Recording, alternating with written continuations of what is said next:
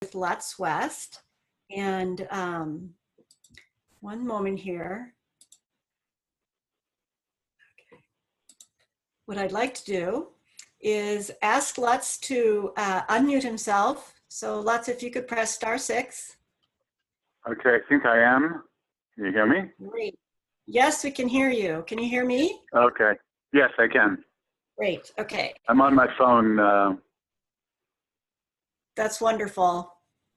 I just want to do a short introduction. So we are pleased to bring in a local perspective about those kinds of virtual dementia-friendly programs.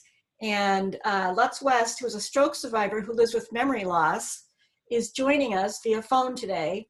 He has been a longtime participant with the Alzheimer's Association Zoo Walks, and now he is a volunteer with the Zoom Zoo. So I've got a couple of questions that I'd like to ask Lutz, and we will get started with that. Okay. Okay, so Lutz, can you please describe the Zoo Zoom? Well, the Zoo Zoom is an outgrowth of a walking group that has met for the past, I don't know, 6, 7 years, which is a group that met weekly to walk the local zoo, in which, you know, we socialized and built relationships with people with a similar situation. It lasts for about an hour, and then we have a social get-together for coffee and conversation. The Zoo Zoom was an outgrowth of that, and you know, when COVID came along, we took the walk virtually. Great.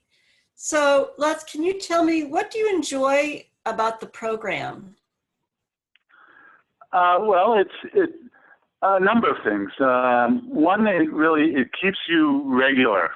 You know, I'm retired and now suffering from memory loss. So you know, it reminds me what Monday is. Otherwise, you know, you sort of tend to forget because I am much more isolated than when I was working.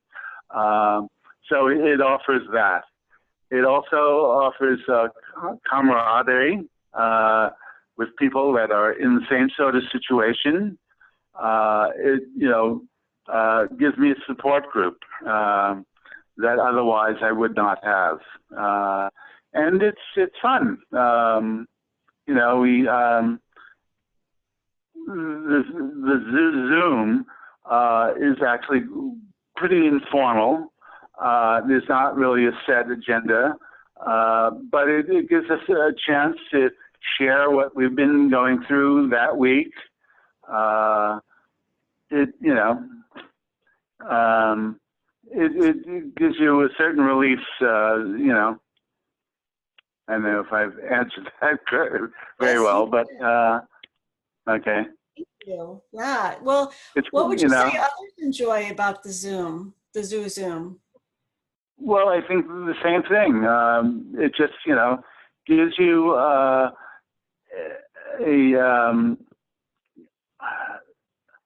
I'm sorry, I'm forgetting my words here. Take your time. It gives you, yeah, thank you.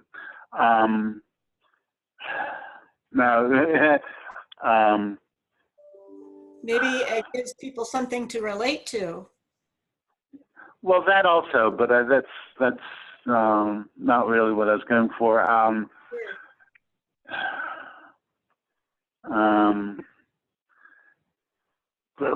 Well, yeah, it gives me an environment that's a supportive environment where people that I know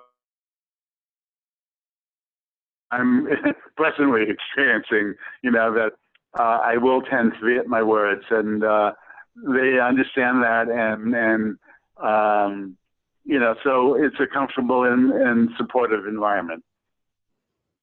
Great. And I think that's what everyone benefits from. Plus, it's, you know, it's fun. It's, you know, what we do in the Zoom meetings, like say, we just, you know, talk about what we experienced that week, what our immediate needs are, you know, even if it's like, well, you know, where can I find a good plumber, you know, what we do is we share photographs, family photographs that are always good for a laugh, and just, you know, enjoy each other's company in this, you know, supportive. That's the word I was looking for, a supportive environment. Nice, nice. Thank you for that. What would you say have been the challenges for the Zoom?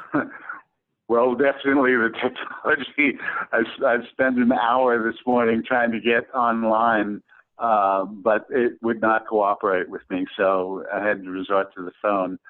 That is somewhat of a barrier.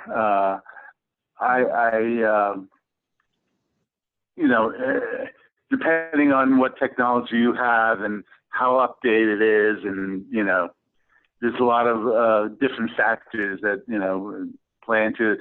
But as the group is concerned, we've more or less, you know, solved those problems in the group, so people don't have as much trouble with it. I guess because it's fairly regular today. For me, although I have been on Zoom groups, many Zoom groups from different organizations, today was a new challenge, you know, something that was different, that didn't quite work right. So that is sort of a, you know, a novelty. But that, you know, that's a small problem, generally speaking, because we've, like I said, we've resolved most of those issues, and now people know how to share and mute themselves, et cetera, et cetera, et cetera. So it works out pretty well. What else? Well, I did want to say that we really appreciate your creativity when the technology didn't work this morning, that you called in. So thank you for that. Yeah, well, I used to be very apt at the technology, but, you know, you sort of get out of the loop, you know, and and the technology moves on, sort of leaving me behind somewhat. But we're glad you're here today. I have one more question for you, Lutz, and that is, what tips do you have for others who want to start virtual programs for the memory loss community? Well, probably the main thing I would say is not to underestimate the people with memory loss. I think that they get a lot more out of it than you realize. And it's real easy, you know, I don't want to say be condescending, but, you know, because they don't maybe communicate what you're used to, you think that nothing's going on there.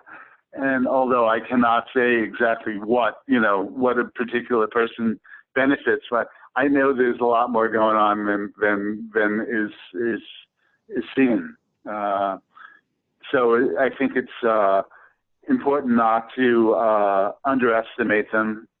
I think it's important to try to be receptive, but also challenging. You know, because for me, speaking is very difficult. And if I'm not put in a position of having to communicate, I tend to not to. And I think you have to walk a fine line of being challenging, but not intimidating, you know, being, you know, encouraging, but not bullying, or, you know. So, and that is a very difficult challenge, you know. Well, it's one that you've definitely stepped up to.